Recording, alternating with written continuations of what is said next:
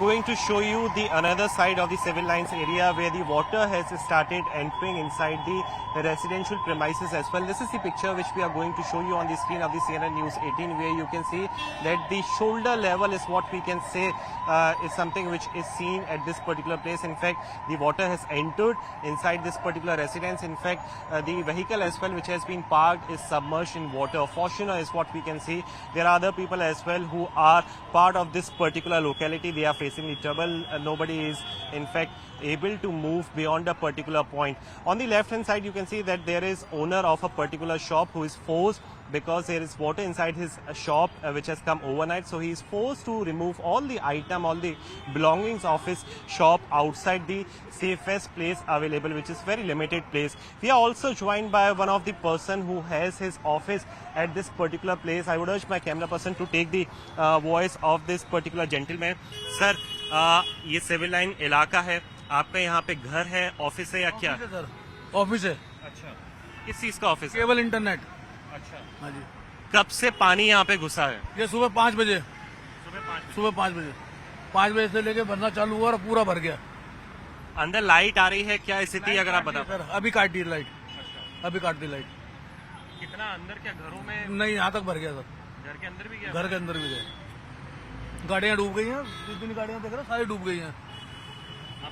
बिना लाइट के, बिना बेसिक सुविधाओं की, क्योंकि आ भी नहीं सकती यहाँ पे गाड़ियाँ, कैसे सरवाइव करेंगे आप? सर देखिए, अब तो हमारा जो नुकसान हुआ तो हुआ है, क्योंकि हमारी वोल्टी सब डाउन हो गए, इन्वर्टर बैटरियाँ सब डूब गई हैं।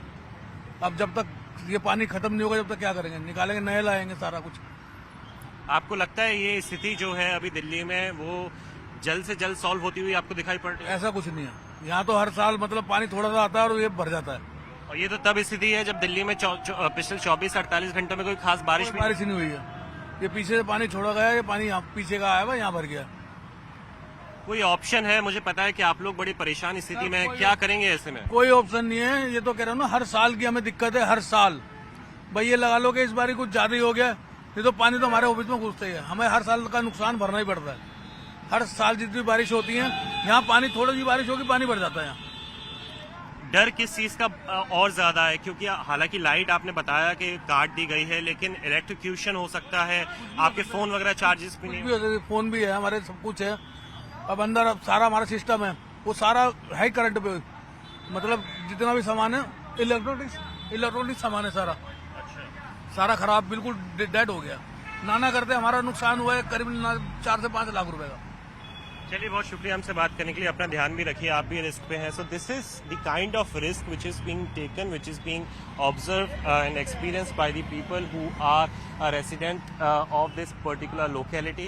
On other side of the road, we are also going to show you that the traffic congestion has also started at this particular place, because there is limited space available with the commuters who have to go through or reach out to a particular location. And the same is the condition at other parts of the capital city as well, where the people are forced to experience this kind of situation.